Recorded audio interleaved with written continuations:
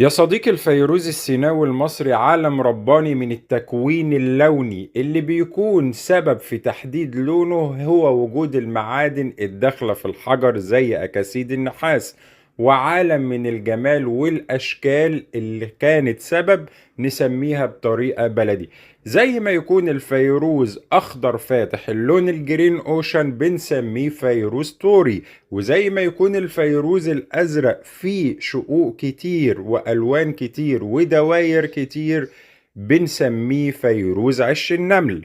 وأكبر اسم هتلاقيه دارج للفيروز بين التجار هو عبد الرازق، وأظن مش محتاجة تفسير.